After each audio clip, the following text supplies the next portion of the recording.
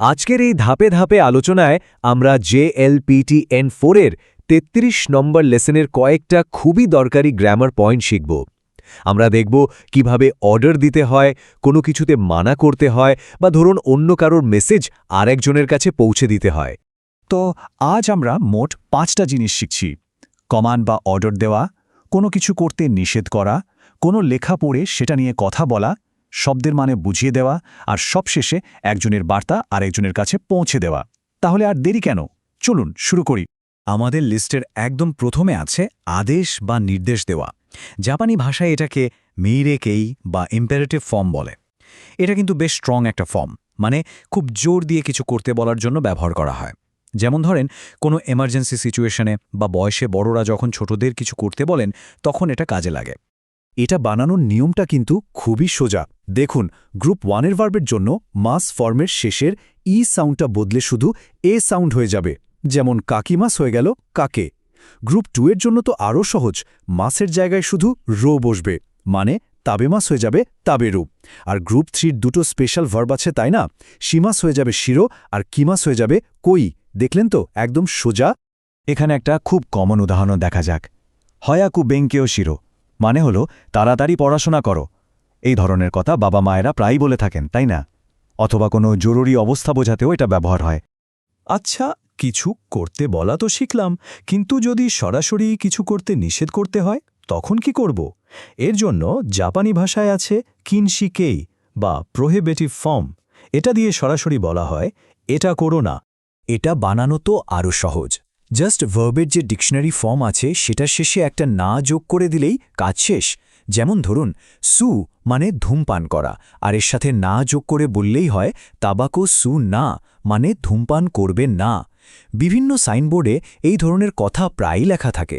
আরেকটা খুব দরকারি উদাহরণ দেখি, কোকোদে শাসিনো তরুণা। এর মানে হলো এখানে ছবি তুলবে না। ধরুন কোনো মিউজিয়ামে বা মন্দিরে ঘুরতে গেলে এই ধরনের সাইনবোর্ড কিন্তু প্রায়ই চোখে পড়ে। এবার আমরা এমন একটা জিনিস শিখব যেটা খুবই কাজের। কিভাবে কোনো লেখা পড়তে হয় বা কোথাও কি লেখা আছে সেটা বলতে হয়।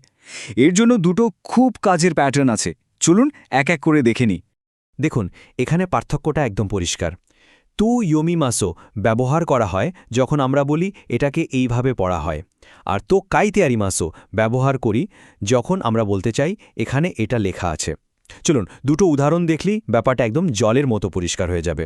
এই বাক্যটা খেয়াল করুন, কোনো কাঞ্জিওয়া আই তো ইয়োমিমাস, মানে হলো এই কাঞ্জিটাকে আই বলে পড়া হয়। যখন আমরা নতুন কোনো কাঞ্জি শিখি, তখন এই বাক্যটা কিন্তু খুব কাজে দেয়। আর এই উদাহরণটা দেখুন, এখানে কিন্তু আমরা একটু আগে যেটা শিখেছি সেটাও কাজে লেগেছে। কাবেনি হাইরুনা তো কাইটারিমাস, এর মানে হলো দেয়ালে প্রবেশ নিষেধ লেখা আছে। এখানে আসলে কোনো একটা সাইনবোর্ডে কি লেখা আছে সেটাই বর্ণনা করা হচ্ছে। আমাদের 4 নম্বর টপিকটা হলো কোনো একটা শব্দের মানে কিভাবে বোঝানো যায়। এর জন্য জাপানি ভাষায় খুব সহজ আর সরাসরি একটা প্যাটার্ন আছে। নতুন শব্দ শেখার সময় বা অন্য কাউকে কিছু বোঝানোর জন্য এটা দারুণ কাজের। প্যাটার্নটা হলো এক্স ওয়াই তো ইউ ইমিদেস, যার মানে দাঁড়ায় এক্সের অর্থ হলো ওয়াই। যেমন এই স্লাইডে দেখুন, জিউ শব্দটার অর্থ বোঝানোর জন্য আমরা বলতে পারি জিউ ওয়া ফ্রিডম তো ইউ ইমিদেস, মানে জিউ এর অর্থ হলো ফ্রিডম। কি সহজ, তাই না?